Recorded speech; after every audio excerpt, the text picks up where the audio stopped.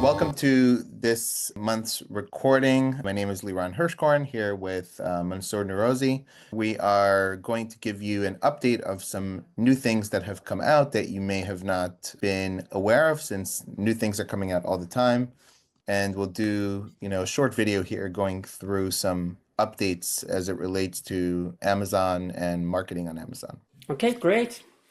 Hey everyone, I'm gonna go ahead and share my screen. Okay, so December 16 is today, 2024. Very close to end of the year. Exciting. So with that, our first update would be the bid adjustment for business placements. As you can see here, I see now in most of the accounts, they have been added. Some accounts, if you don't have access yet, probably Amazon is gonna roll out for everyone soon. So what this means is that you could add placement bid adjustment for business customers. So there are a few things we need to consider here is that one, this is on top of other placements, the top of search, rest of search, and product placement. So whatever you have there, this will be on top of that. That's the first thing to consider. And the second is that the way it works is that if a customer searching for a product and they are a business customer, meaning they have a business account, these bid adjustments will be applied to those customers for any searches, any product detail pages, any top of search or rest of the search placements. And of course, for the targets that you have inside this campaign. Right. So this is particularly good if you have products that maybe business customers would be interested in. From the initial beta, I think we've seen some positive results with this, but it's worth testing this out, especially if you have a type of product that, let's say schools can order, government, municipalities, towns, businesses would be likely to order, but this is worth experimenting with. Next one is same in the bid adjustments category. We have the audience section. This is very exciting, and I think in 2025, even us, we might have some new strategies just based on what we are seeing here. And to explain what it is, you know that we have now access to Amazon Marketing Cloud, and interestingly, Amazon expanded creating AMC instances for even only sponsored product clients. Advertise. Yes, before you had to have DSP in order to get to AMC, but they have expanded to only sponsored ads clients as well, accounts as well. Even if you don't run DSP, you could get access. Now, basically what you can do from here is that from AMC side, we can create audiences, and there are, in terms of what audiences you can create, it is limitless. Anything, because you get all these impressions, clicks, the time, the events, the location. So based on whatever you want, you create the audiences. We will be talking about this more and more in 2025. And then you could add those audiences. Here I have an example, right? We created this audience as just an example from AMC. Now, when you change the audience, you can choose this audience or any other audiences and increase your placement for that audience. So in this case, you have, as the example audience you have here is shoppers with 2 detailed page views that haven't purchased. Yes. Got it. So anybody who viewed your page at least a couple of times and has not purchased your product. Yeah, and there are, I don't remember for this specific example, like what that time period is. Maybe it's 7 days, maybe it's 30 days.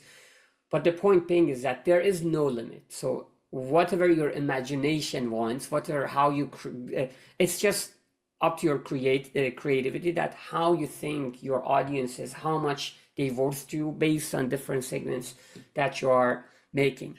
Now, Mansoor, is there like a low-hanging fruit, like for example, I don't know, maybe add to cart but didn't purchase, or would you say is there like 1 or 2 audiences that are like make the most sense, that are like the first ones you would want to test with this? I would say, yeah, the add to cart is the most important one. Even if you could go 7 days. Well, actually, not necessarily 7 days. Sometimes I add it, but I don't. I have it in my add Right. to cart, but doesn't mean I'm not gonna buy. But Right. add to cart is one. I would say what we have here, customers that haven't purchased, but they have viewed our product detail page. So Hmm. the way I would do this is a combination of two things. I will target these audiences because they have viewed my product and they haven't purchased any product, they haven't purchased yet. Plus, I add to this brand tailored promotion. In brand tailored promotion, you could give discount to Right. customers who they have viewed, they haven't purchased. There are different segments. So when you have this two together, this is gonna increase your bid. It's gonna bring you up there, so you have a good placement. At the same time, for that audience, you can target coupon code from the brand tailored promotion. So you're convincing the customer to purchase. That's another one, the one who viewed or they haven't purchased. Right.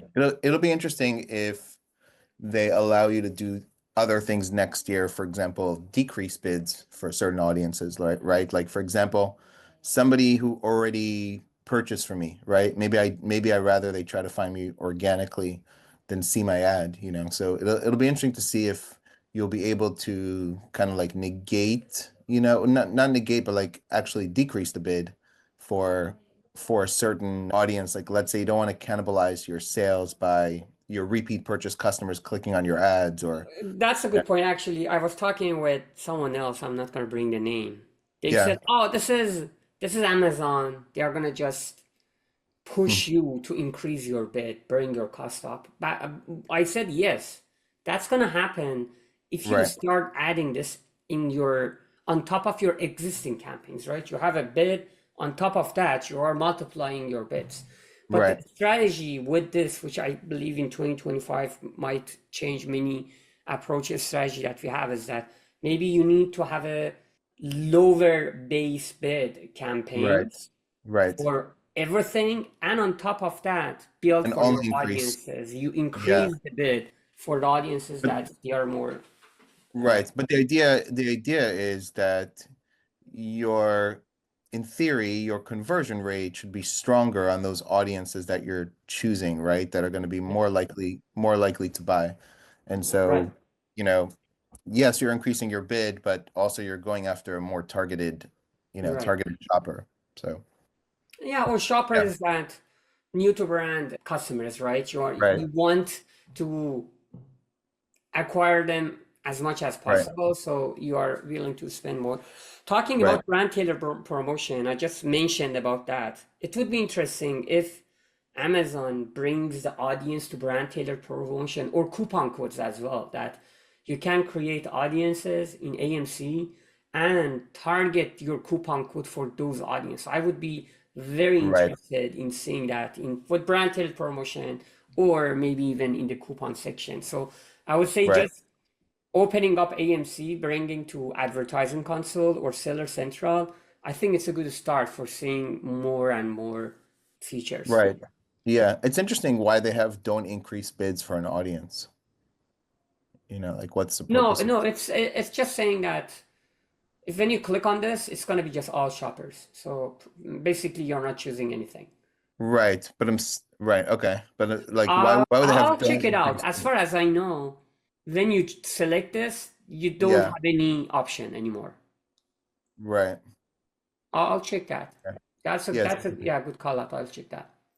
So Okay, y- cool. yeah, that was I'm very excited about that, and I feel like in 2025 that's going to be a very big topic. Right. AMC is going to play more of a role, Yeah, but I think it's good because you have more control over who you show your ads to, essentially, yeah. which is good. And this is the next generation, next gen selling. They are hiding it. I very suddenly, like accidentally, I found it when I was going from one page to another page. And that was like, interesting that this showed up for a millisecond on the top. Like when you are going from one page to another page, I was checking out to see what it is that I clicked, and I realized that they have now new UI. Seems like they are working on this. Yep. It's the totally different UI than what we have in Seller Central. The data that we see and these dashboards, they are easy. You can customize them, add, remove, move these KPIs, and they have different tabs as you see for different Hmm. segments. The way I see this, it is good to see the KPIs and metrics and these actions, but when it goes to operation, it was very difficult for me. Like I was looking for, okay, how should I create brand tailored promotion? It was very difficult to find a brand tailored promotion or how to get to coupon codes. Very tough for me to find it. Of course, it has a learning curve. For operation, I love what we have already, the old Seller Right. Central. For KPI dashboard, I like this one. That was my personal kind of opinion. Feedback. Yeah, Right.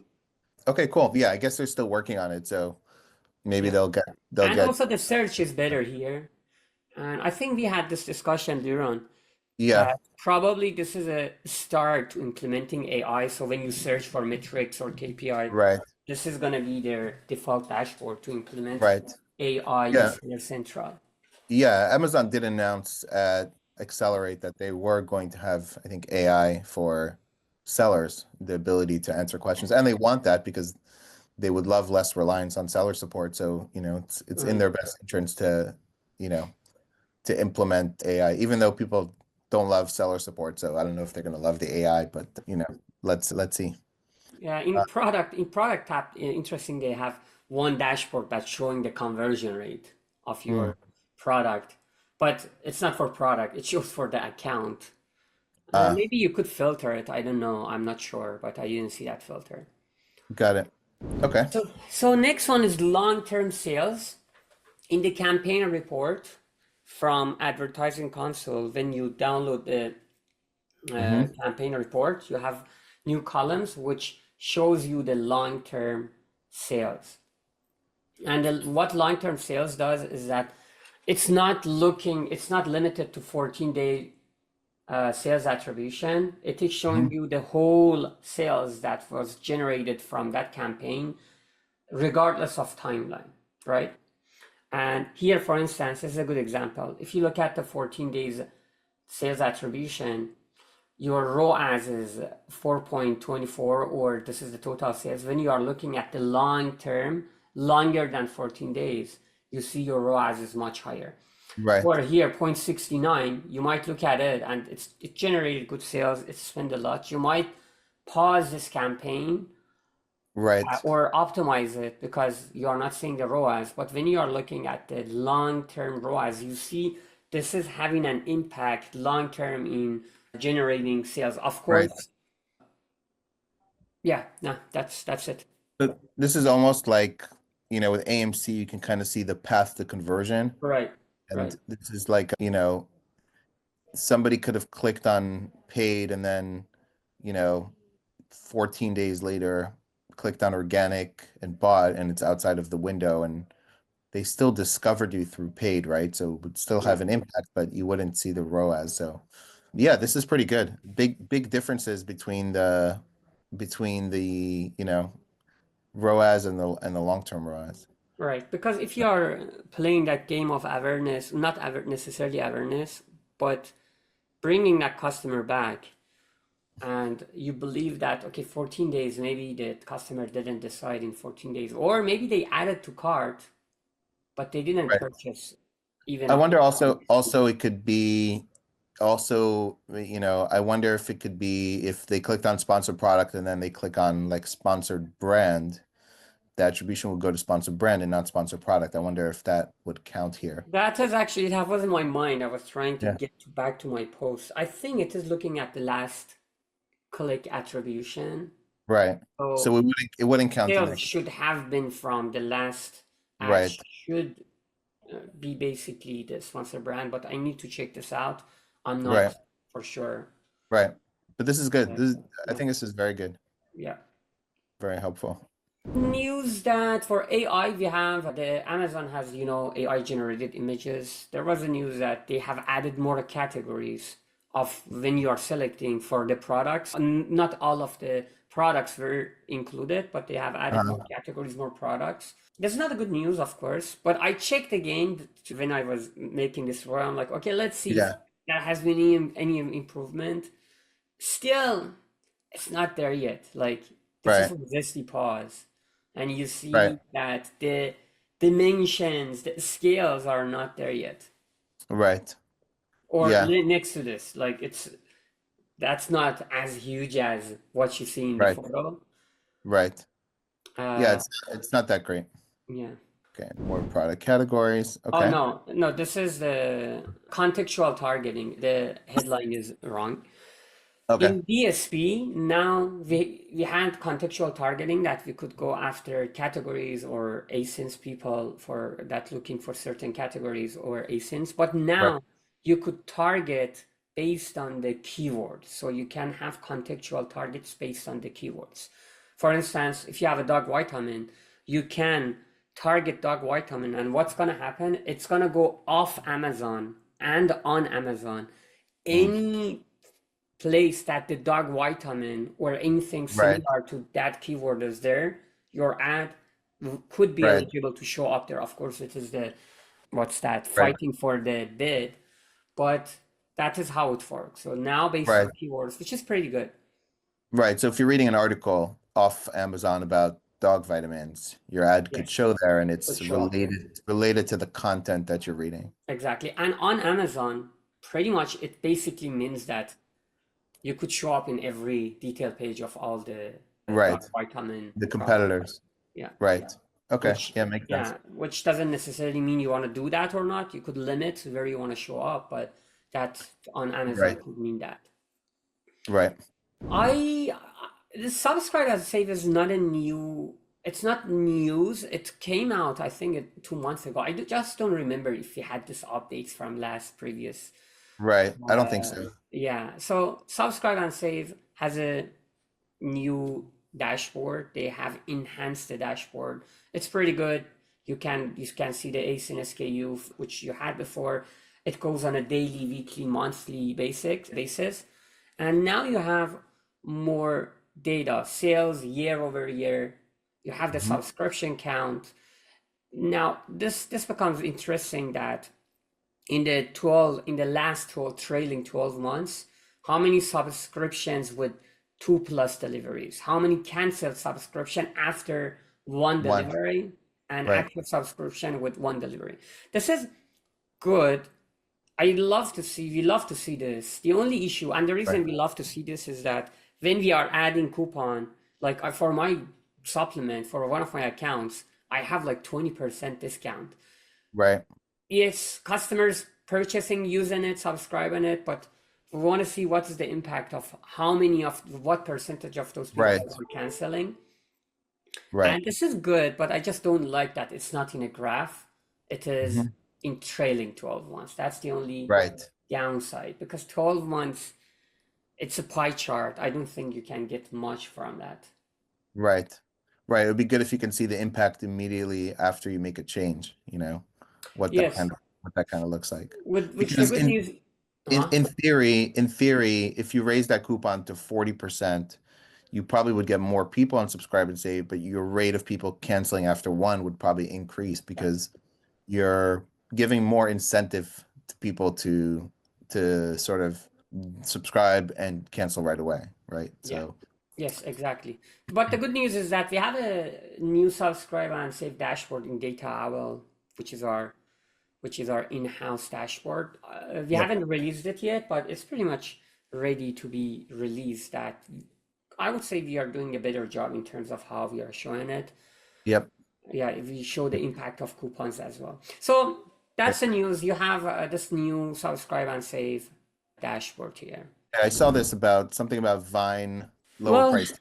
I don't know how new this is because in Canada, I'm sure it is new. I don't remember if you had this tiers for wine program, but now you have different tiers. Yeah, they So had up to this. two, They did they you have had it? they had I think maybe the $75 tier is new. I think so. But there was zero like up to two ASINs. I know Right. that. So we have up to 2x and 0. Next year is 3 to 10s for 75 and then up to 30, 200. One Right. approach to this that I posted on LinkedIn is that could be considered is if you are not very positive about the reviews you have, you think it is risky, you could, instead of going to up to 30, you could start with 3 to 10, get a feel of how the reviews are. And if you Right. are good, all the reviews are coming, they are positive, you can open it up and you can upgrade. That's the good thing about this. Right. From the day you enroll, you have 30 days to upgrade to the next tier. But if you go to 30, you Not cannot that great. go down, you cannot downgrade. Right. Yeah, I would say, and it's maybe only applicable to if you have like a more expensive product and you want to give less Yeah, units, then up to 10 is just a little bit cheaper. But most people try to take advantage of as many reviews, as they can get generally for most products. right. So yeah, the fee is still pretty minimal, $200. Yeah, it's good. This is another service from Amazon that it's pretty good FBA grade and resell. So you could get into this program that Amazon's for all of your returns. Amazon will check them out, and even if they are second-handed and they are sellable, they will relist it in your listing and then will be sold as the used product. Yep. So right now, if you are not in this program, what's going to happen? Either you have to send it to yourself, or Amazon will get rid of those Right. Or destroy it. non-resellable, or yeah, but you get to this program, and as you can see, for a small, for instance, a standard size 1.50 is the fee for Amazon to check each unit. So this is Right. per unit. Large size is 1.8 and so Right. on for the other ones. Yeah. So the price of the product has to make sense Yeah. also in So terms of, what happens is that there are different tiers, right? Like new, very good, good, acceptable. And you tell Amazon what is the price that you want to these new variations. And Amazon will kind of inspect and put them in each of these buckets based on how good the product are. And it's going to be sold under your listing. Plus, you have all the other fees fees. that you have as new ones, except the price is different. And on top of that, you have just 1.5 or these fees on top of that as well. So Yeah, it's that's, great. yeah, that's an option for some people might work. Yep. Brand metrics update. We had even a webinar about this. And there are a few updates there. The main one being this graph here that shows percentage change, shopper change. We used to have only shopper count for your shoppers, but now we have category top and median plus the percentage change. So you can see how you are moving compared to the category. Compared to others. Right. Which is Yeah. good because, now you have a better comparison understanding, right, of what's happening in your brand versus Yeah. the, No, this is amazing because it yeah. shows you where you are standing compared to the category. This is the first place we go to understand how we are doing or where we are standing. Next one is we see more and more Rufus in different part of Amazon. Like this is a screenshot that we saw right under the main page. Asks Rufus. Right. I remember one of our team members were saying that they saw somewhere around here. So Amazon is kind of trying to push this. We believe not many customers using it, but I'm sure at some point it's going to be more mainstream, more people would be using it. Any Yeah. reasons? Yeah, I think like well what you have below, but I mean, I think Amazon's going to work to make this better. So we'll probably increase, in usage over time because I'm assuming Amazon is heavily investing in this, in the AI side. I don't know how many people use it now. I don't use it, but I only use it when I try to search for something like that's in the reviews. If somebody mentioned something in the reviews, that's now I'm searching for it, like through Rufus, and it tells me if it's mentioned. Like for example, I was looking at a book for my daughter, and I wanted to see if it was appropriate for her age or if it was good for her age. So I asked Rufus, like, what, do people say it's good for this age? So, I think people will be using it more and more.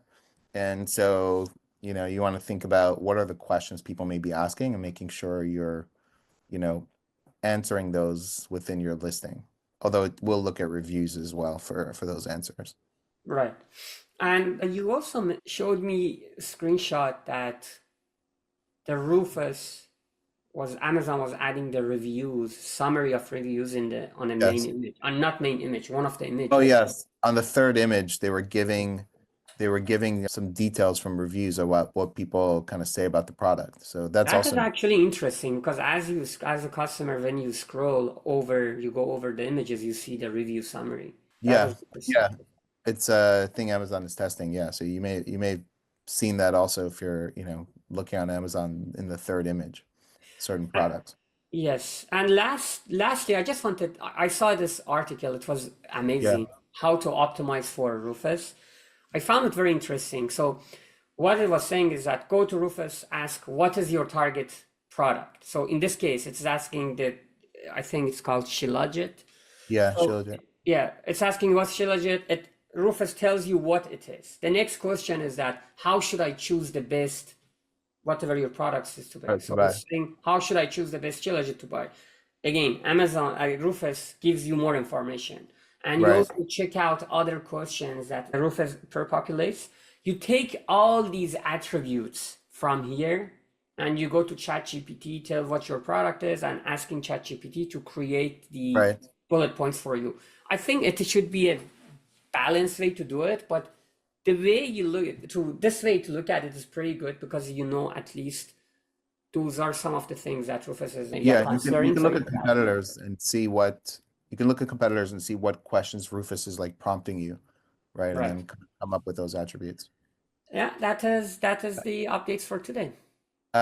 Great. Okay, excellent. This was really good. A lot of updates. Hopefully you got some value out of this. If you have any questions for us, feel free to reach out to us. And thanks for watching this update. And hopefully everybody crushes it for the rest of what's remaining of Q4 and into January. Thank you, Mansoor. Thank you, everyone. Thank you, Liran.